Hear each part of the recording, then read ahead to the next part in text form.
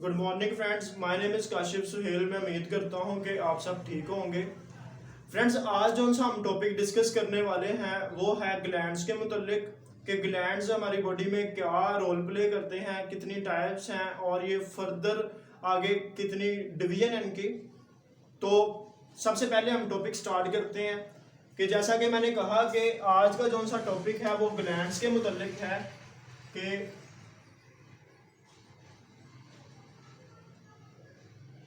Friends, सबसे पहले तो हमें पता होना चाहिए कि ग्लैंड्स है क्या। ग्लैंड्स बेसिकली हमारी बॉडी में एक ऐसे ऑर्गन है जो केमिकल सब्सटेंसेस की प्रोडक्शन करते हैं, यानी कि केमिकल सब्सटेंसेस को बनाते हैं, उनको फॉर्म करते हैं। अब ये जो केमिकल सब्सटेंसेस हैं, जारी बात है ग्लैंड जो उनसी केमिकल सब्सटेंसेस बना रहे हैं वो कहाँ तक सप्लाई करेंगे, हमारे ऑर्गन्स को, जो अदर ऑर्गन्स हैं उनको सप्लाई करते हैं। यानी कि ये केमिकल सब्सटेंसेस जो उनसी हैं ये यूज होती हैं हमारी केमिकल यानी एक्टिविटीज में, मेटाबॉलिक एक्टिविटीज है, वो तो फर्दर डिस्कस करेंगे। अब हम ग्लैंड्स के जो उनसे जिन कैटेगरीज में इनको डिवाइड किया जाता है बेसिकली हम उनके बारे में स्टडी करेंगे। ग्लैंड्स को फर्दर हम डिवाइड करते हैं दो कैटेगरीज में, एक होती है एक्सोक्राइन और दूसरी होती है एंडोक्राइन।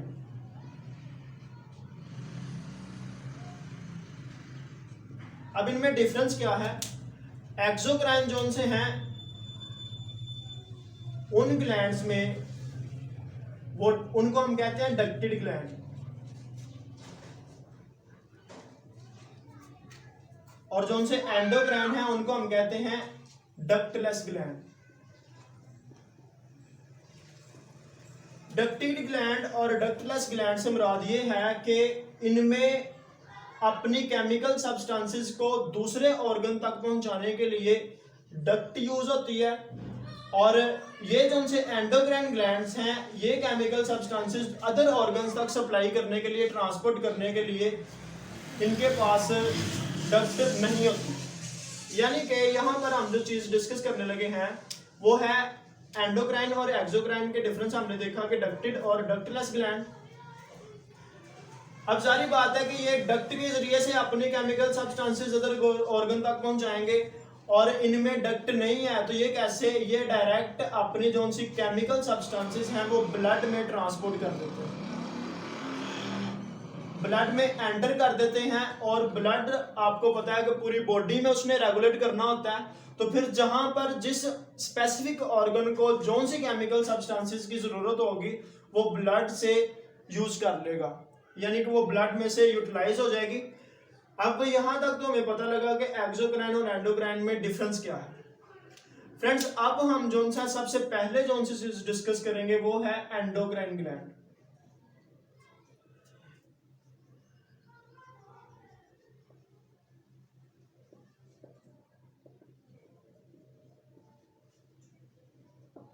एंडोक्राइन ग्लैंड, फ्रेंड जो से एंडोक्राइन ग्लैंड्स हैं इनको भी फर्दर आगे इनकी डिवीजन होती है, इनको डिफरेंट टाइप्स में डिवाइड किया जाता है।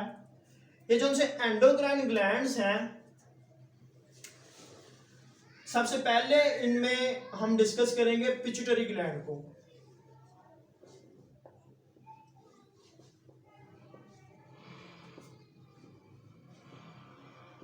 पिट्यूटरी ग्लैंड मैंने कहा एंडोक्राइन में से सबसे पहले जो सा ग्लैंड आता है हम उसको डिस्कस करेंगे, पिट्यूटरी ग्लैंड को। अब पिट्यूटरी ग्लैंड जो सा है बेसिकली हमें पता होना चाहिए कि ये क्या, कौन सा ग्लैंड है, इसके फंक्शन क्या है। पिट्यूटरी ग्लैंड के बारे में ये कहा जाता है कि ये जो सा ग्लैंड है ये पी यानी कि मटर के दाने की तरह होता है, ठीक है। और ये जो सा ग्लैंड है ये हमारे सिफिनॉइड फोसा में पाया जाता है।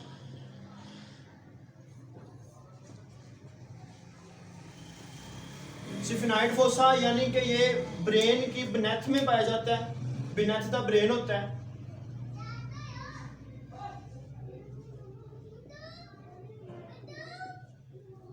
एक तो ये कि पी की शेप होता है और दूसरा सिफिनॉइड फोसा में पाया जाता है यानी कि बिनेथ द ब्रेन है।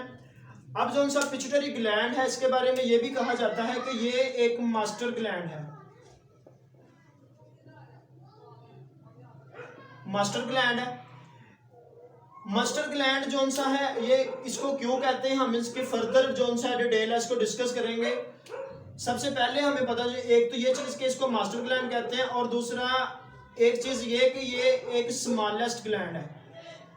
साइज के लिहाज से ये एक स्मॉलेस्ट ग्लैंड है, यानी कि छोटा ग्लैंड है, ठीक है। अब ये जो मास्टर ग्लैंड है इसको क्यों कहा जाता है, ये भी इसके कुछ फंक्शंस ऐसे हैं जिसकी वजह से इसको मास्टर ग्लैंड कहा जाता है। तो हम फंक्शन इसके बेसिकली डिस्कस करने वाले हैं। पिट्यूटरी ग्लैंड यानी कि ग्लैंड जो उनसे हैं वो हमारे हार्मोन्स को बनाते हैं, उनकी प्रोडक्शन करते हैं। ग्लैंड्स का काम क्या है कि ये हार्मोन्स को क्या करते हैं, बनाते हैं, हार्मोन्स को बनाते हैं। अब हम डिस्कस करेंगे कि ऐसे कौन से हार्मोन्स हैं जो उनसे पिट्यूटरी ग्लैंड हार्मोन बनाता है। हार्मोन को डिस्कस करने से पहले हम पिट्यूटरी ग्लैंड के बारे में कुछ और जानेंगे कि पिट्यूटरी ग्लैंड को दो तरह की लोब्स में डिवाइड किया जाता है। आमतौर पर 3 होती हैं, लेकिन मैं 2 डिस्कस करूंगा। एक एंटीरियर लोब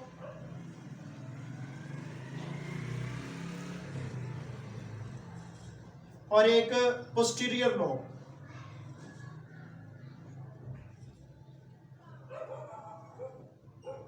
एंटीरियर लोब से मुराद यह है कि सामने वाला लोथड़ा, और पोस्टीरियर लोब से मुराद है पीछे वाला लोथड़ा। एंटीरियर सामने वाला, पोस्टीरियर पीछे वाला। अब हम एंटीरियर लोब के बारे में डिस्कस करेंगे कि एंटीरियर लोब में ऐसे कौन से हार्मोन्स हैं जो पिट्यूटरी ग्लैंड बनाता है, उनको प्रोडक्ट करता है। चले जी, टॉपिक आगे बढ़ाते हुए हम एंटीरियर लोब के कुछ हार्मोन्स के बारे में डिस्कस करेंगे जो पिट्यूटरी ग्लैंड से रिलेट करते हैं।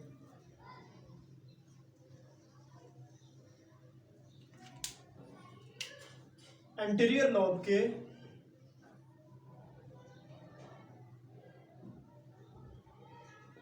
हम एंटीरियर लोब को डिस्कस करने वाले हैं। एंटीरियर लोब में सबसे पहला जो सा हार्मोन आता है वो आता है ग्रोथ हार्मोन।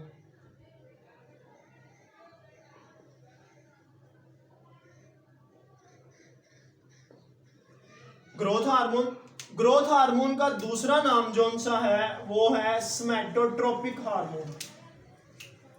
इसको हम दूसरा नाम सोमैटोट्रोपिक हार्मोन भी कहते हैं।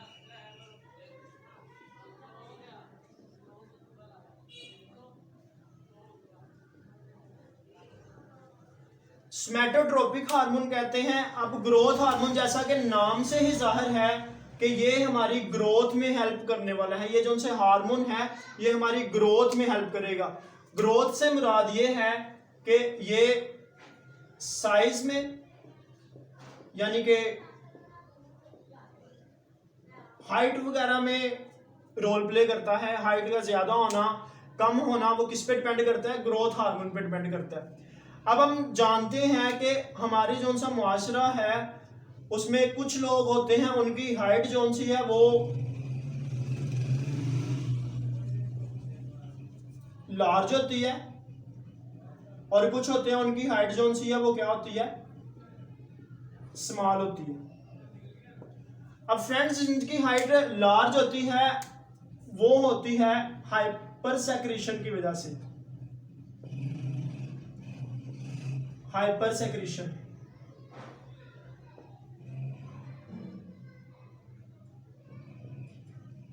क्योंकि हार्मोन है ना तो ये अपनी सेक्रेशंस को रिलीज करता है।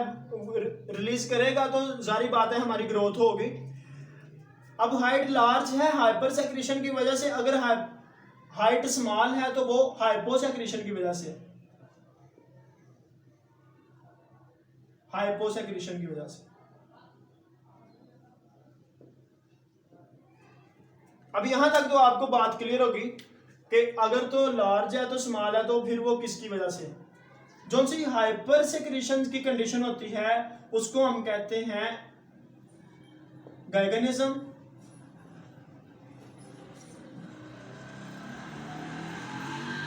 गाइगनिज्म और जो सी हाइपोसेक्रेशन होती है उसको हम कहते हैं डिवॉर्फिज्म।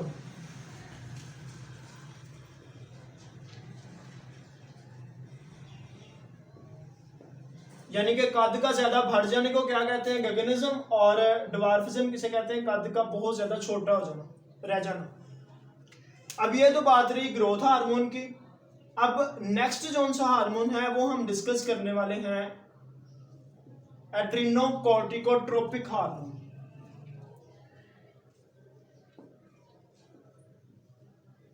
एड्रीनोकोर्टिकोट्रोपिक हार्मोन।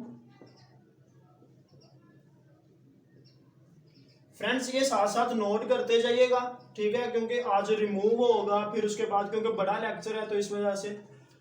एड्रीनोकोर्टिकोट्रोपिक हार्मोन है ये जो सा एड्रीनोकोर्टिकोट्रोपिक हार्मोन है, आज हम डिस्कस करेंगे कि ये किस चीज की प्रोडक्शन करता है। अब यहां पर एक चीज लिखी है कोर्टिको, यानी कि ये एक ऐसा हार्मोन रिलीज करेगा जिसका नाम होगा कोर्टिसोल।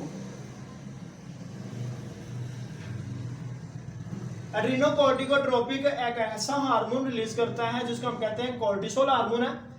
अब ये जो कोर्टिसोल हार्मोन है, हमने किडनी की स्ट्रक्चर पढ़ते हैं, किडनी की स्ट्रक्चर में क्या लिखा होता है कि किडनी की स्ट्रक्चर में हम देखते हैं कि एक आउटर कॉर्टेक्स होता है, आउटर कॉर्टेक्स। बेसिकली ये जो सा हार्मोन है ये आउटर कॉर्टेक्स जो सा किडनी की लेयर है, ठीक है, ये किडनी की लेयर में से कॉर्टेक्स जो सी आउटर कॉर्टेक्स है, आउटर कॉर्टेक्स जो सा है उसमें से ये कॉर्टिसोल हार्मोन जो सा वो रिलीज होता है। अब आउटर कॉर्टेक्स से ये कॉर्टिसोल हार्मोन रिलीज हो रहा है, ठीक है। अब हम ये जानेंगे कि इसका फर्दर फंक्शन क्या है। अब ये जो कॉर्टिसोल हार्मोन है इसका बेसिक फंक्शन जो सा है वो ये है कि ये हमारी ब्लड प्रेशर को मेंटेन रखता है, रेगुलेट करता है।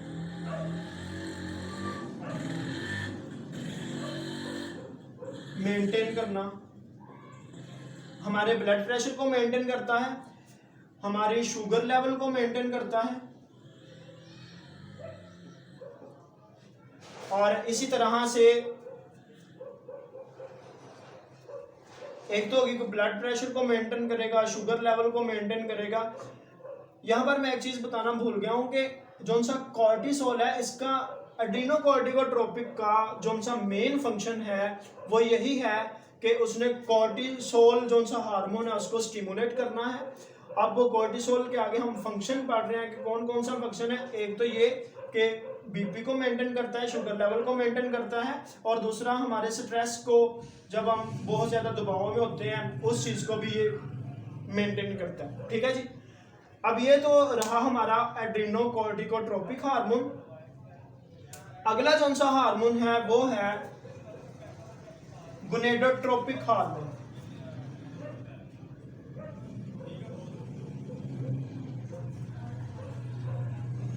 गोनेडोट्रोपिक हार्मोन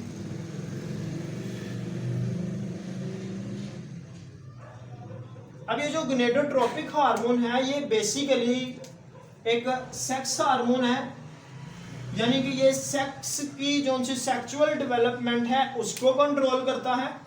गोनेडोट्रोपिक हार्मोन यानी कि जैसा कि मैंने कहा कि ये एक सेक्स हार्मोन है, यानी कि ये सेक्सुअल डेवलपमेंट को कंट्रोल करता है। तो जब के हमें पता लग गया है कि ये एक सेक्स हार्मोन है तो यानी कि ये फीमेल सेक्स, फीमेल और मेल दोनों में अपना रोल प्ले करेगा। अब गोनेडोट्रोपिक हार्मोन कुछ ऐसे हार्मोन्स को रिलीज करता है जो हमारी सेक्सुअल डेवलपमेंट को कंट्रोल करते हैं। तो फीमेल में कौन कौन से हार्मोन्स हैं? पहला हार्मोन है प्रोजेस्टेरोन,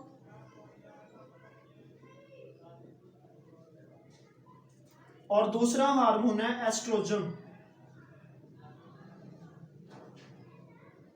एस्ट्रोजन चलें जी, अब हम इनके फंक्शन रीड करते हैं। प्रोजेस्टेरोन हार्मोन जोन सा है ये हमारा, ये बेसिकली मैंने कहा कि ये फीमेल में पाया जाता है, तो सारी बात है कि ये सेक्स हार्मोन है, तो ये यूट्रस में पाया जाता है। यूट्रस में नहीं, सॉरी, यूट्रस के अंदर आपको पता है कि फीमेल में ओवरीज के अंदर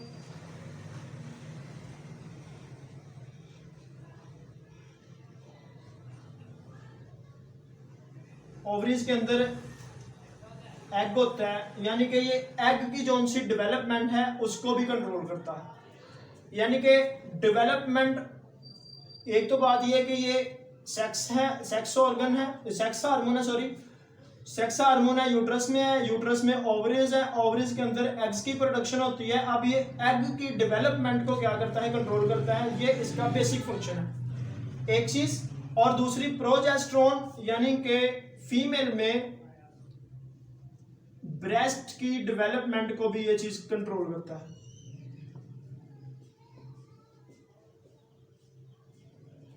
ब्रेस्ट डेवलपमेंट।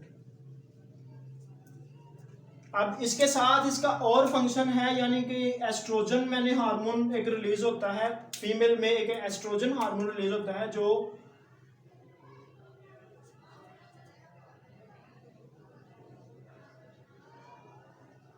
जो मेंस्ट्रुअल लेवल को, यानी कि मेंस्ट्रुअल साइकिल जोन सा है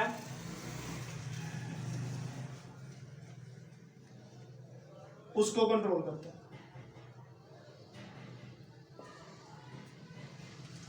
अब यहां तक तो हमें पता चल गया कि प्रोजेस्टेरोन ब्रेस्ट डेवलपमेंट को, एस्ट्रोजन जोन सा वो मेन साइकिल को जोन सा वो कंट्रोल करता है। अब एक चीज जोन सी है, अब बात करते हैं मेल में जोन सा ये हार्मोन, कौन से हार्मोन ऐसे हैं जो मेल में सेक्सुअल डेवलपमेंट को कंट्रोल करते हैं। तो मेल में जोन सा हार्मोन है वो है टेस्टोस्टेरोन। टेस्टोस्टेरोन जोन सा टेस्टोस्टेरोन है, जैसा कि मैंने कहा कि ये एक सेक्स हार्मोन है, ये मेल्स में स्पर्म्स की प्रोडक्शन को कंट्रोल करता है, स्पर्म्स की प्रोडक्शन को।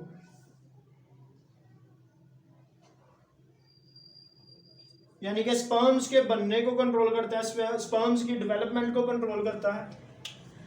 अब यहां तक तो आपको क्लियर हो गया कि ये जोन से पिट्यूटरी ग्लैंड के कुछ हार्मोन्स हैं जो अपने फर्दर रोल प्ले कर रहे हैं। एक हार्मोन यहाँ पर है थायरोट्रोपिक हार्मोन, में वो यहाँ पर आपको डिस्क्राइब कर देता हूँ, ये चीज मुझे दरमियान से रिमूव करनी पड़ेगी। एंडोक्राइन ग्लैंड का ये जो सा ये वाला पार्ट है उसको मैं रिमूव कर रहा हूँ, शायद आपने लिख लिया हो, नोट कर लिया हो, अगर नहीं किया तो आप स्क्रीनशॉट ले लें ताकि आपको फर्दर इसमें डेफिशिएंसी ना हो, प्रॉब्लम ना हो। अब एक हार्मोन रह गया है जो हमने डिस्कस करना है, वो है थायरोट्रोपिक हार्मोन।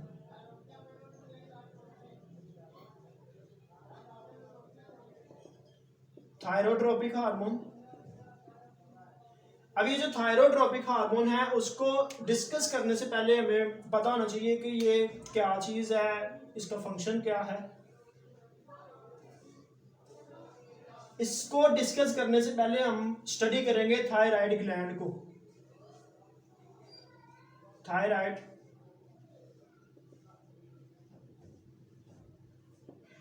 अब ये जो थायराइड ग्लैंड है, थायराइड ग्लैंड बेसिकली पाया जाता है हमारा ये बिटवीन द फेरेंक्स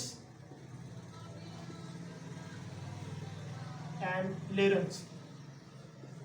ये फेरेंक्स और लेरेंक्स के दरमियान में पाया जाता है और ये नेक रीजन में इसकी लोकेशन होती है, यानी कि नेक रीजन में पाया जाता है, नेक रीजन में। अब ये जो थायराइड ग्लैंड है इसका क्या फंक्शन है, ये बेसिकली 2 हार्मोन्स रिलीज करता है, एक का नाम है थायरोक्सिन और एक का नाम है थायरोस्टेरोन। कैल्सीटोनिन। अब ये जो थायरोक्सिन हार्मोन है इसका क्या काम है, ये हमारे मेंटल डेवलपमेंट को रेगुलेट करता है,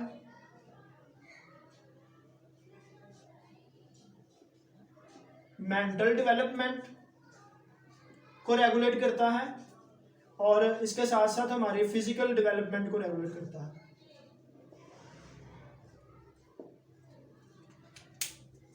यानी कि ये रेगुलेट करता है, regulate the mental development and regulate the physical development. अब इसके साथ साथ ये हमारी सेक्सुअल डेवलपमेंट को भी क्या करता है, रेगुलेट करता है। अब इसका अदर हार्मोन जो सा है वो थायरोकैल्सीटोनिन है। थायरोकैल्सीटोनिन जो सा है ये हमारी बॉडी में कैल्सीटोनिन यानी कि ये कैल्शियम की डेवलपमेंट में हेल्प करता है, यानी कि ये हमारी बॉडी में कैल्शियम की डेवलपमेंट में हेल्प करता है, यानी कि कैल्शियम की जो सी डेवलपमेंट होगी वो थायरोकैल्सीटोनिन की वजह से होगी। अब आपको पता है कि जो सा कैल्शियम है ये बोन में पाया जाता है। अब एक बात और जो सी बहुत जरूरी है, बहुत इंपॉर्टेंट है, और वो बात ये है कि जो सा थायराइड ग्लैंड है ये एक तो ये कि हमारी बॉडी का लार्जेस्ट ग्लैंड है, ठीक है, इधर लिख देते हैं कि ये एक लार्जेस्ट ग्लैंड है। अब थायराइड ग्लैंड को काम करने के लिए आयोडीन की जरूरत होती है। किसकी जरूरत होती है, आयोडीन की। अगर तो इसको आयोडीन मिलती रहेगी तो ये काम करता रहेगा, आयोडीन नहीं मिलेगी तो ये काम करना, यानी कि इसमें बहुत ज्यादा एक और बीमारी हो जाती है, वो मैं आपको बताता हूं। अब मैंने बात कही कि ये आयोडीन जोन सी है इसको मिलती रहेगी तो ये काम करता रहेगा।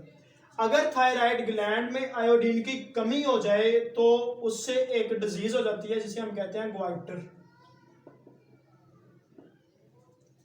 क्या कहते हैं जी, ग्वाइटर। ग्वाइटर में क्या होता है कि हमारा जो सा नेक रीजन है, गर्दन वाला एरिया है, वहां पर एक बड़ा सा लोथड़ा बन जाता है, ठीक है, यानी कि बॉल टाइप बन जाता है, उसको हम क्या कहते हैं, ग्वाइटर। यानी कि गले का बहुत ज्यादा बढ़ जाना, यानी कि ग्वाइटर जो सा है वो डेफिशिएंसी ऑफ